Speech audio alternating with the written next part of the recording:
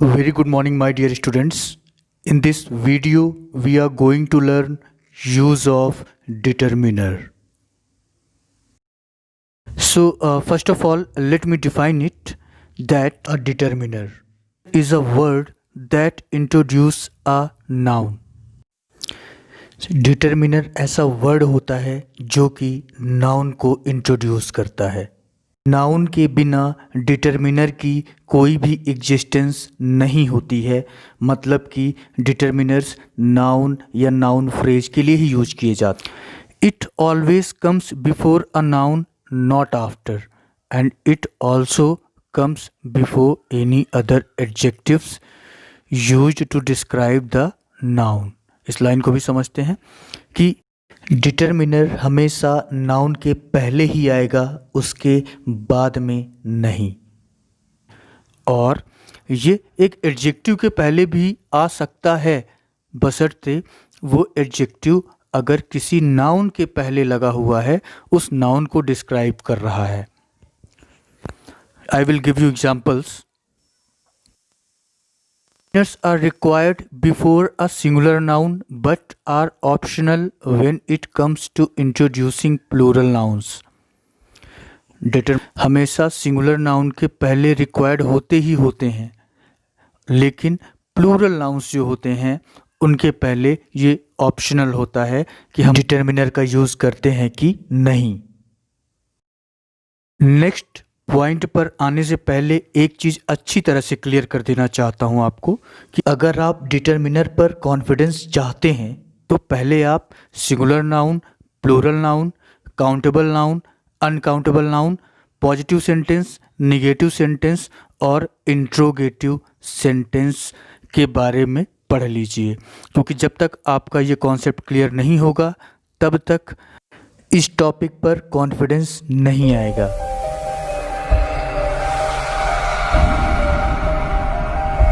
Now some important rule about determiner. First rule, determiners always comes first in a noun phrase. So let's understand this concept. Determiners हमेशा noun phrase के पहले ही use किए जाते हैं, ये चीज़ अच्छी तरह से समझ लीजिए। तो नाउन फ्रेज क्या होता है, इससे रिलेटेड एक एग्जाम्पल मैं आपको दे रहा हूँ, जैसे कि article plus adjective plus noun. Example ले रहा हूँ मैं, the next train, the first bus. Determiners are required with singular nouns, मतलब कि सिंगुलर नाउन्स के साथ में डिटरमाइनर्स यूज़ ज़रूर होंगे। To speak about a singular noun generally use an indefinite article. आमतौर पर एक सिंगुलर नाउन के बारे में बात करते समय पर हमें ए और एन को यूज़ करना चाहिए। किसी खास सिंगुलर नाउन के बारे में बात करते समय डिफिनिट आर्टिकल का यूज़ करिए, डेमोन्स्ट्रेटिव प्रोनाउन का यूज़ करिए। डिटर्मिनर्स नाउन की क्वांटिटी को बताते हैं, किसी नाउन का नंबर बताते हैं, कौन सा, कितना जैसे क्वेश्चंस का आंसर देते हैं। माय डियर स्टूडेंट्स, एक चीज़ और यहाँ पर आपको बताना चाहूँगा। एक सेंटेंस में ले रहा हूँ, दिस काउ इज़ ब्लैक। इस सेंटेंस में जो दिस है वो एक डिटर्मिनर है, बट मैंने लिखा दिस इज़ अ काउ। इस सेंटेंस का यूज़ एज अ प्रोनाउन के तौर पर किया गया है। तो मैंने आपको पहले ही बताया हुआ है डिटर्मिनर मीन्स नाउन।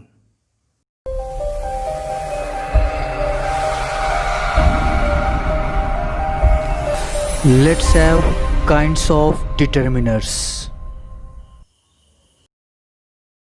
अब प्री मतलब होता है पहले, मतलब जो पहले लगता है। सेंट्रल मतलब जो बीच में लगता है, और डिटरमाइनर मतलब जो सेंट्रल के बाद लगता है। तो सबसे पहले मैं ले रहा हूँ प्री डिटर्मिनर्स। सो प्री डिटर्मिनर्स मीन्स ऐसे वर्ड जो कि सेंट्रल डिटर्मिनर्स के भी पहले लग सकते हैं, उनको हम बोलते हैं प्री डिटर्मिनर्स।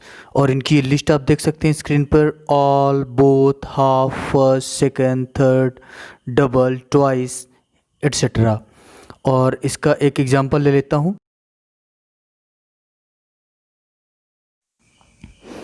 आप देख सकते हैं एप्पल्स, यहाँ पर नाउन है, डिटर्मिनर लगा हुआ है द, वो है हमारा यहाँ पर सेंट्रल डिटर्मिनर। और सेंट्रल डिटर्मिनर के पहले जो वर्ड लगा हुआ है ऑल, वो है हमारा pre determiner. Next one is central determiners. और सेंट्रल डिटर्मिनर्स का दूसरा नाम रेगुलर डिटर्मिनर्स भी है। नाउन के पहले सिंगल यानी कि अकेले यूज़ होने वाले वर्ड्स को हम सेंट्रल डिटर्मिनर्स कहते हैं। एग्जाम्पल देख लेते हैं इसके, और इसकी भी लिस्ट आप स्क्रीन पर देख सकते हैं। A, an, the, this, that, these, those, my, your, his, our, what, which, etcetera.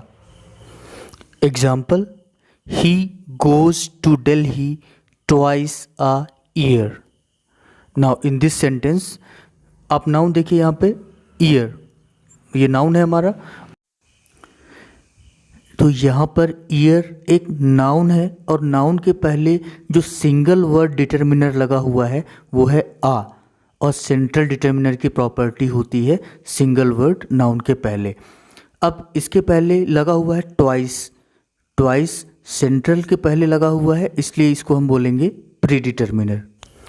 तो आपको यहाँ पर ध्यान रखना है कि अगर किसी सेंटेंस में प्री डिटर्मिनर और सेंट्रल डिटर्मिनर दोनों ही यूज़ करने हैं तो पहले प्री डिटर्मिनर लिखा जाएगा और इसके बाद ही रेगुलर या सेंट्रल डिटर्मिनर लिखा जाएगा। Third kind of determiner is post determiners. So post determiners means जो सेंट्रल डिटर्मिनर्स के बाद यूज़ होते हैं उनको हम बोलते हैं पोस्ट डिटर्मिनर्स। एग्जाम्पल लेता हूँ, 1, 2, 3, first, second, third, next, last, etcetera. Example, his last attempt was admirable. अब यहाँ पर हिज सेंट्रल डिटरमाइनर है, क्योंकि हिज अटेम्प्ट के साथ में जो कि नाउन है उसके साथ में ये अकेले भी यूज़ किया जा सकता है। अब यहाँ पर लास्ट का यूज़ किया गया है अटेम्प्ट के पहले, तो लास्ट हिज के बाद में यूज़ हो रहा है, यानी कि सेंट्रल डिटर्मिनर के बाद में यूज़ हो रहा है, तो इसलिए लास्ट यहाँ पर पोस्ट डिटर्मिनर कहलाएगा। और अब डिटर्मिनर से रिलेटेड बहुत ही इम्पॉर्टेंट रूल्स आपके साथ में शेयर कर रहा हूँ, आप लोग ध्यान दीजिए। फर्स्ट पॉइंट, आपको सेंट्रल डिटर्मिनर्स से रिलेटेड ये याद रखना है कि सेंट्रल डिटर्मिनर्स या तो वो आर्टिकल ए एन द होंगे, यानी कि अकेले जो वर्ड्स होते हैं, या फिर वो अकेले ही कोई प्रोनाउन होंगे जैसे दिस, दैट, दीज, दोस, या फिर वो कोई पजेसिव प्रोनाउन भी हो सकते हैं, single word, my, your, his, our, इस तरह से। सेकेंड पॉइंट, सेंट्रल डिटर्मिनर्स कभी भी को अकरिंग नहीं होते हैं, यानी कि एक ही नाउन के पहले दो सेंट्रल डिटर्मिनर्स नहीं लगेंगे। जी हाँ, एक ही नाउन के पहले दो सेंट्रल डिटर्मिनर्स नहीं लगेंगे। For example, this my brother, no, wrong. Pre determiners को अकरिंग नहीं होते हैं आमतौर पर, मतलब कि एक ही नाउन के पहले दो प्री डिटर्मिनर्स का यूज़ नहीं करेंगे। प्री डिटर्मिनर्स से रिलेटेड आपको ये याद रखना है कि हाफ, बोथ एंड ऑल, ये तीनों वर्ड जब भी कभी पर्सनल प्रोनाउन जैसे देम, अस। तो आइए कुछ और इम्पॉर्टेंट रूल्स जानते हैं सम और एनी से रिलेटेड। तो सबसे पहले मैं सम को ले रहा हूँ। सम जिसका मतलब होता है कुछ, और दूसरी चीज़ सम अफर्मेटिव सेंटेंसेस में यूज़ होता है, यानी कि जो सेंटेंस निगेटिव और इंट्रोगेटिव नहीं है। तीसरी चीज़, सम का यूज़ जब काउंटेबल नाउन्स के साथ करते हैं तब यह नंबर बताता है, जैसे सम पेन्स, सम मैंगोज़। तो पेन और मैंगो दोनों ही काउंटेबल नाउन है, तो यहाँ पे ये नंबर बता रहा है इनके पहले लगकर। और सम का यूज़ जब uncountable noun, singular uncountable nouns के साथ में होता है तब ये क्वांटिटी बताने लगता है। जैसे कि सम मिल्क, सम बटर। के अगेंस्ट में एनी, एनी का मतलब होता है कोई, और एनी का यूज़ जब काउंटेबल नाउन्स के साथ होता है तब इसका मतलब सम के बराबर ही होता है। लेकिन एनी का प्रयोग हम इंट्रोगेटिव और निगेटिव सेंटेंस में करते हैं। एग्जाम्पल देख लेते हैं। Are there any pens on the table, interrogative sentence. Is there any milk in the pot, interrogative sentence. Now taking some examples regarding to some and any. There are blank trees behind my house. Options some and any. Sentence हमने देखा ये negative नहीं है और interrogative नहीं है, ये affirmative sentence है, तो हम यहाँ पर सम का यूज़ करेंगे। There are some trees behind my house. So सम और एनी के बारे में रूल ये कहता है कि अगर कोई भी सेंटेंस इंट्रोगेटिव है या निगेटिव है तब हम वहाँ पर एनी का यूज़ करेंगे। लेकिन अगर वो सेंटेंस पॉजिटिव है, वो सेंटेंस एक पॉजिटिव मैसेज दे रहा है, तो उस सेंटेंस में हम सम का यूज़ करेंगे। Taking another example, are there letters for me? Yes there are. I have to fill here some और एनी। तो सेंटेंस देखा, सेंटेंस का फर्स्ट पार्ट यहाँ पर इंट्रोगेटिव है, तो यहाँ पर मैं एनी पुट कर दूंगा। यस देयर आर, ये सेंटेंस का अफर्मेटिव पार्ट है, तो यहाँ पर मैं सम पुट कर दूंगा। Answer, are there any letters for me? Yes there are some. Now second pair is much and many. सबसे पहले मेनी। मेनी का मतलब होता है कई, बहुत, अनेक, मीन्स अ ग्रेट नंबर। और ये हमेशा प्लूरल काउंटेबल नाउन्स के साथ में यूज़ होता है। मतलब कि जिन नाउन्स को हम गिन सकते हैं और वो नंबर में कई हैं, एक से ज़्यादा हैं, तो उनके साथ में हम मेनी का यूज़ करेंगे। Example, many students, many boys, many leaders. तो आप देख सकते हैं कि मेनी का यूज़ यहाँ पर सभी काउंटेबल नाउन्स के साथ में ही किया गया है। मच का मतलब होता है बहुत, अ लार्ज क्वांटिटी, और इसका यूज़ क्वांटिटी बताने के लिए यूज़ करते हैं अनकाउंटेबल नाउन्स के साथ में। Example, much water, much milk, much money. How sugar do you take in your tea? इसमें मच और मेनी का यूज़ करना है। हमने देखा यहाँ पर शुगर अनकाउंटेबल नाउन है, तो यहाँ पर मैं मच का यूज़ करूँगा। फर्स्ट सेंटेंस है how water do you drink in a day, और दूसरा सेंटेंस है how glasses of water do you drink in a day. अब दोनों ही सेंटेंसेस में हमें मच और मेनी का यूज़ करना है। तो पहले सेंटेंस में आप देख सकते हैं कि हाउ और फिर इसके बाद डायरेक्टली यहाँ पर वाटर लिखा हुआ है, और वाटर अनकाउंटेबल नाउन है, तो जिसकी वजह से मैं यहाँ पर मच का यूज़ करूँगा। How much water do you drink in a day. Second example पे देखते हैं। सेकेंड एग्जाम्पल पे लिखा हुआ है हाउ ग्लासेस ऑफ वाटर, तो ग्लासेस ऑफ वाटर को हम काउंट कर सकते हैं, ये काउंटेबल नाउन है, तो फिर मैं यहाँ पर मेनी का यूज़ करूँगा। How many glasses of water do you drink in a day. They are not students in this school. So अब यहाँ पर स्टूडेंट्स को हम काउंट कर सकते हैं, तो मैं यहाँ पर मेनी का यूज़ करूँगा। Next pair of determiners to discuss is few, a few, little and a little। इस पॉइंट पर आपको बता दूं कि यहाँ पर आप few और little के बीच में डिफरेंस तुरंत समझ जाएंगे, लेकिन आपको जो ध्यान रखना है, जो समझना है, वो समझना है few और a few के बीच में डिफरेंस, little और अ लिटिल के बीच में difference. So let's start. So first of all, let's understand difference between few and little. Few का यूज़ हम प्लूरल काउंटेबल नाउन्स के साथ में करते हैं। For example, few books, few people, few movies, और आप देख सकते हैं इन सभी नाउन्स को मैं गिन सकता हूँ। और लिटिल का यूज़ हम सिंगुलर अनकाउंटेबल नाउन्स के साथ में करते हैं। For example, little money, little chance, little salt. तो सबसे पहले फ्यू और अफ्यू के बीच का डिफरेंस देखते हैं। सबसे पहले देखते हैं फ्यू। तो फ्यू का मतलब होता है ना के बराबर, मुश्किल से कोई। फ्यू निगेटिव सेंस को एक्सप्रेस करता है। अभी एग्जांपल्स में देखेंगे इसको। फ्यू नंबर्स बताता है। एक एग्जांपल ले रहा हूँ यहाँ पर।